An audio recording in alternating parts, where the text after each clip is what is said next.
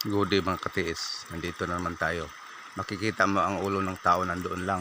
Tapos dito banda, dito kami naghukay kasi diyan ang tinitingnan niya eh. Pero medyo malalim, mga dalawang dipa na to.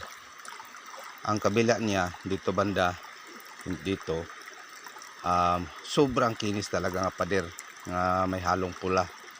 Dito sa kabila, dito makinis din nga, sobrang kinis talaga. Nagpapunta siya dito sa ilog, sapa, main niya sapa.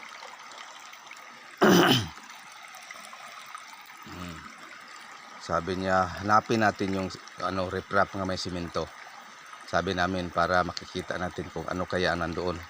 Ngayon punta tayo doon. Ang malayo ito sa mga bahay guys, mga 3 kilometro mahigit bago ito maabot. Kaya ang tubig dito sobrang kinis, sobrang linis, ang linaw pa naman. Dito ngayon mga katiis ang aming project, ang natamaan talaga sa kulang bilog sa aming na kuha na mapa. Kasi na disgrasya nga yung mga Koreano nga naghanap dito, nalaglag ang nila, mapa nila, napulot sa aking kasama. Di hinahanap namin, ito na ngayon ang project namin. Yung tinitingnan sa mata, sapa, mga 50 meters, dito na ang hinukay namin.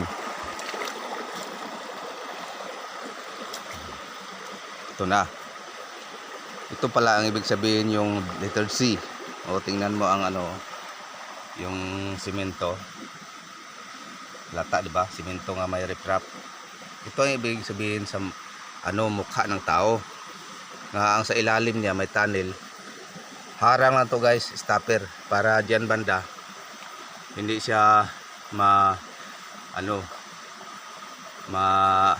hukay sa baha o anong klase pang dilubyo. Nandyan banda ang deposito. Kaya din kami dito naghukay. Kasi may isang kasama namin nga 2 pilang daw. Sabi ko wag. Kaya pinabayaan namin sila.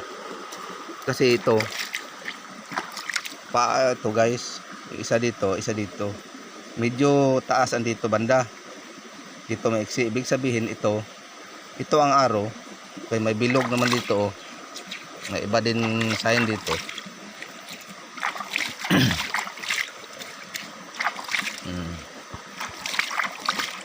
Ibig sabihin ito aro to.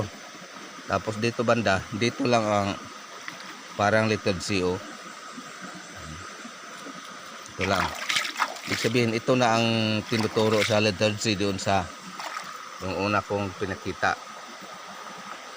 Ang item dito guys, dito lang banda. Dito doon sa ilalim sa nahukay na namin, sobrang labot papunta diyan. Korean ito ang dito nagawa ng mapa. Kaya ito na umpisa namin. Sana na makuha na namin ito, maabot na namin. Wala pa lang kami sapat na gamit.